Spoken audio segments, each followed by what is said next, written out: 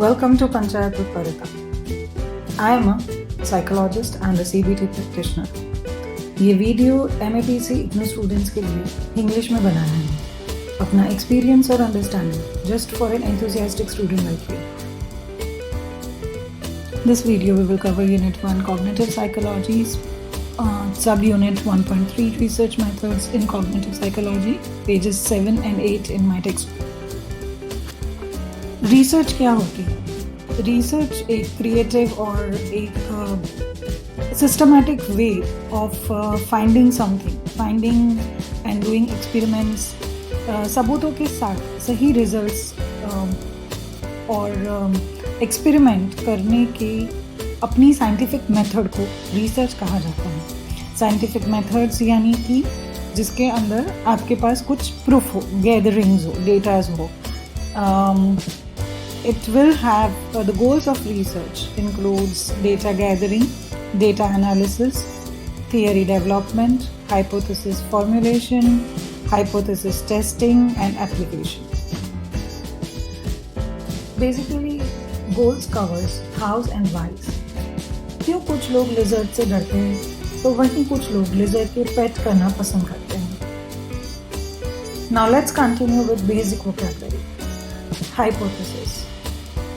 कुछ रिजल्ट्स के अनुमान पे स्टार्ट किया हुआ रिसर्च या तो वो रिजेक्ट होता है या वो एक्सेप्ट होता है या फिर वो नल होता है.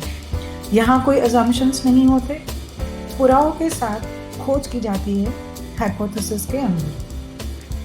हाइपोथेसिस के रिजल्ट तक पहुँचने के लिए वेरिएबल्स का प्रयोग किया जाता है. वेरी यानी चेंज, एबल यानी कैपेसिटी. Changeable variable यानी something that is changeable. Let's begin with independent variable. Independent variable stands alone and वो change नहीं होता, जैसे कि उसका नाम suggest करता है. अगर हमें यह जानना है कि कोई particular exercise एक एज पे क्या रिजल्ट लाती है तो वो एक independent variable हुआ, वो कोई दबाव में चेंज नहीं होगी. एज जो है वो ही रहेगी. Control variable is same through out the experiment. For an example, place of exercise. And dependent variable अपने नाम अनुसार वह चेंजेबल है. वो इंडिपेंडेंट वेरिएबल के अनुसार चेंज होता है. सो लेट्स से अगर इंडिपेंडेंट वेरिएबल एज जो है वो चेंज होगी, लेट्स से एक्सरसाइज कोई 40 इयर्स का कर रहा है, कोई 50 इयर्स का कर रहा है, कोई 10 इयर्स का कर रहा है, तो वो जो चेंज होती है उसके हिसाब से रिजल्ट्स में भी चेंज आएगा. तो वो जो डिपेंडेंट वेरिएबल है वो चेंजेबल होते हैं. For an example the result. तो अगर इंडिपेंडेंट वेरिएबल चेंज हो गया तो रिजल्ट चेंज हो जाएंगे. And it is mostly dependent on independent variable. That is the reason it's called dependent variable. Dependent variable are mostly you can consider it as a results. 1.3.2 on page 7 in my book is distinctive research methods. It will cover the various methods to explore how humans think. It is further divided into 4 parts and let's begin. First one is laboratory or other controlled experiments. जैसे कि नाम suggests itself, laboratory एक control experiment है. Experimental variables को अपने उद्देश्य के अनुसार include और exclude कर सकते हैं. Laboratory experiments हमें basically human behavior जानने में help करते हैं. उनके ethics, attitudes, emotion, the way they communicate, intelligence. और सिर्फ यही नहीं, इट ऑल डिपेंड्स ऑन कि उनको क्या एक्सपेरिमेंटर्स को क्या रिसर्च करना है. बट ह्यूमन बिहेवियर को फाइंड आउट करने के लिए नॉर्मली एक्सपेरिमेंट्स किए जाते हैं. Second, साइकोबायोलॉजिकल research. इन्वेस्टिगेटर्स दिमाग यानी कि इन लिटरल सेंस ब्रेन और सोच के बीच के रिश्ते को ढूंढते हैं. सेरेब्रल हमारे दिमाग के रीजन का एक सबसे बड़ा हिस्सा है. कॉग्निशन एक्टिविटीज़ वहाँ होती है.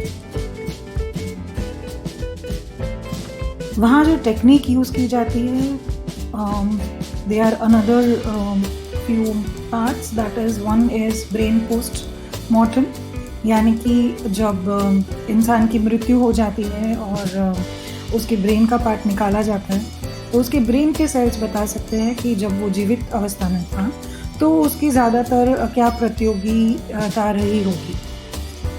Brain image is another technique, which is to study if a person have a particular cognitive deficit, जैसे कि delirium, Alzheimer, intellectual disability, any kind of special learning disability और neurosis को लेके कोई अगर disability है तो वो brain image के द्वारा पता चल सकती है.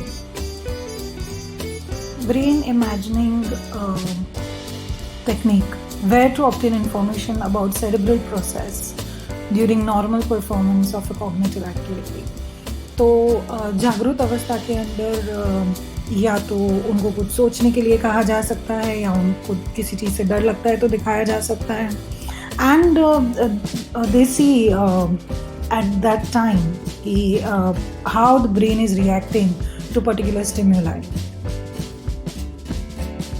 Third one is self-reports, case studies and naturalistic observation.